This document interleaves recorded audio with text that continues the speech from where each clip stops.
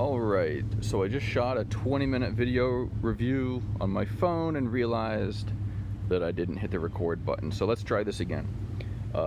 This is Benson. This is my video review of the 2018 Kymco Like 150i ABS scooter from Kymco. This is their most recent offering in the 150cc class. I'm just going to talk a little bit about my overall impressions and a couple of specific things that I like and a couple of things I've noticed over my last couple of days riding. So it is deceptively large compared to how it looks in photos, which I actually appreciated as a 6'1", 220-pound rider. I don't have, and I haven't had over the past week and a half, any problems with leg room or hitting knees when turning. Steering range is 45 degrees left and right, and I haven't had any problems getting to primary street speeds of 55 and 60 and a little bit above that, and I haven't really been pushing it because it's still in the break-in period.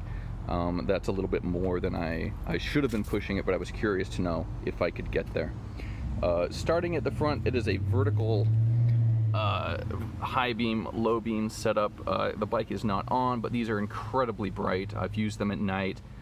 They're fantastic. They beat every other headlight I've seen, and it is adjustable per the service manual, so you can tilt that how you need to for your visibility. Another unmarketed but I think useful thing are your European turn signal locations are actually functional running lights on this bike, which I didn't know until I caught my reflection in traffic. But I love that because I mean, the headlight is great, it's bright, there's no way you could miss it if the thing is on, but it just adds a little bit of extra visibility, which I really appreciate as I ride this thing, you know, commuting pretty much every single day. The scooter is front back disc ABS. These are Kymco calibers.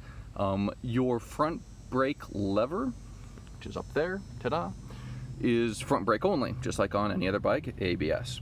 However, one thing that's not noted, at least I didn't realize until I went through the service manual, is your rear brake or your left brake lever is actually a front back combined braking system. There's a Y tube in there that splits and activates those simultaneously. The scooter has, if I turn on the dash, you can see there an ABS light that will turn off once you start riding, and if that stays on, then it's self-diagnostic. It will let you know that there's a problem with the ABS system. The dash is quite nice. It's very simple. It's easy to look at speed. You can see we've got an analog speedometer. We've got digital gas, voltage, time, temperature. We've got some check lights, warning labels, highs, service, and there's a USB icon that will pop up if you plug something in the service area. You can see idle voltage is 12.7 volts, which is fairly good. However, once I start this, which I can't do one-handed, you'll see that voltage actually jumps up to 14.4, 14.5, which is actually fantastic for idle. Running that will, sorry, at 14.3 at idle, it'll go up to 0.4, 0.5 when riding, which is more than enough for a to charge something USB, a phone or whatever. Again, mentioning the headlights, which are super bright. They are really, really bright, and your front and your tail and marker lights are all those are all LED. Go ahead and turn this off. Your ignition also serves to unlock your cargo area, which is really large. I haven't tried to fit my helmet in here because I hand carry my helmet everywhere I go, but I do keep rain gear with me, full rain gear everywhere I go, as well as a rag to wipe it off when it's got moisture on it in the morning so I don't get a wet butt. And you can see the owner's manual down there. Things I like about the seat: it is flat. I can scoot back or forward. You could easily ride two up. You can see you've got retractable foot pegs here, and plenty of leg room and room for your feet if you've got big feet.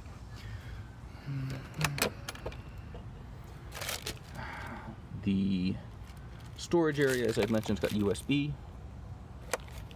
And you can fit a phone in there with a case. It's a little bit narrow, and depending on how big your phone is, but with my Pixel 2, it will fit just fine, even with the case on there. And that does lock when you lock the steering column, which is a nice change.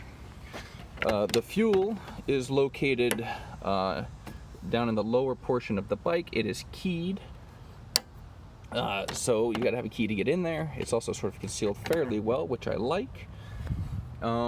And the other thing I like about that is because it's got a low gas tank, if you're working on something, it makes it easier to work on, as you're not fighting gravity with your gas.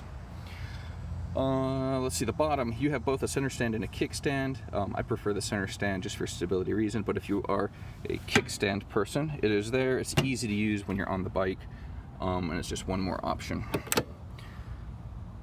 And these just pop out, and I've had not a lot of luck trying to figure out how to get them to stay back in. There is a way to do it. I really just need to read the manual. Okay, coming around the back. So the things that I've noticed about the bike that I'm still trying to work out how I feel. The mirrors I don't feel are wide enough or big enough to really give me a lot of visibility where I'd like it, which is directly behind me. That's probably just a preference.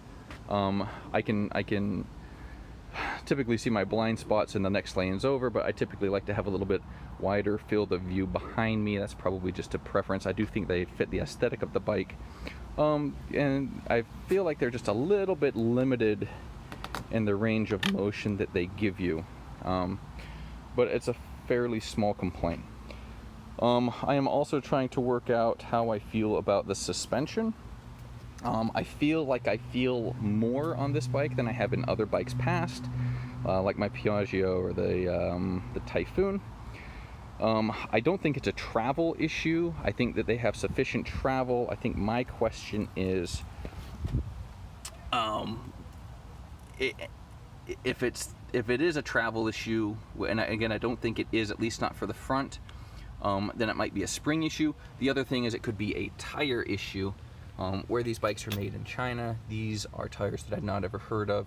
I've had them on both wet and dry surfaces. I haven't noticed any slipping, which I have felt on some other tires like Kymco S425s, I think, are the ones I had on my Ruckus, and they would slip pretty much without rhyme or reason. The rear suspension is a dual adjustable shock. Again, because this is a 150, that is a step up from both the Ruckus and the Piaggio, which were both 50cc. So it's changed not only the speeds at which I'm riding, but it's also changed the routes that I'm using, the number of lanes that I'm using, the number of maneuvers that I'm doing while riding.